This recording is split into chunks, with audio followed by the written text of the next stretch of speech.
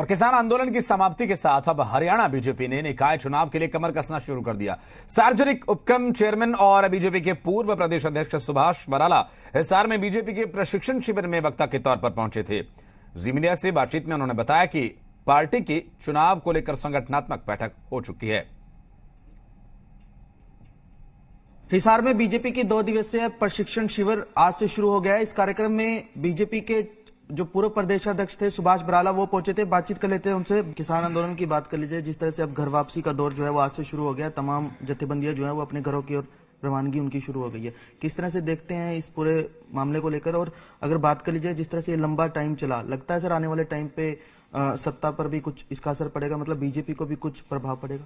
देखिए, एक बहुत लंबा संघर्ष, लंबा आंदोलन इस दौर में किसानों का हुआ है। लगभग 1 साल तक आंदोलन चला और देश के प्रधानमंत्री जी ने, जैसे उन्होंने खुद भी कहा, कृषि क्षेत्र में सुधार के लिए और किसान की हालत के सुधार के लिए 3 कानून बनाए थे।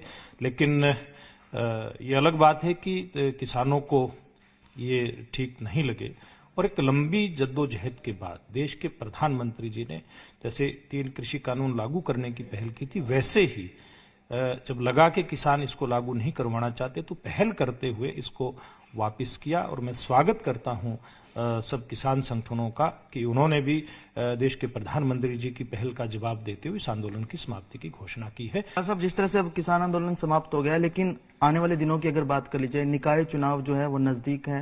हालांकि कब होंगे इसकी कोई घोषणा नहीं हुई है, लेकिन पार्टी की क्या स्ट्रेटेजी है और क्या निकाय चुनाव सिंबल पर लड़ने को लेकर भी मंथन चल रहा है, या और किस तरह से प्लानिंग जो है अब अगली रहेगी?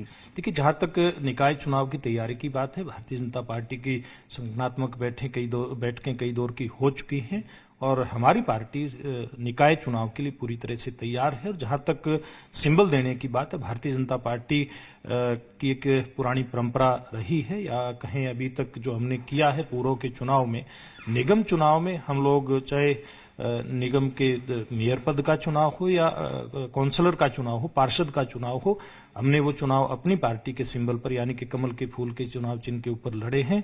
और वो नगर परिषदें जहां हमारे जिला इकाइयों ने मांग करी है सिंबल की, वहां पूर्व में भी सिंबल दिए हैं और वर्तमान में भी मुझे लगता है इसी प्रकार की नीति के आधार पर हम लोग आगे बढ़ेंगे। कैमरा पर्सन राजेंद्र कुमार के साथ रोहित कुमार, जी मीडिया हिसार।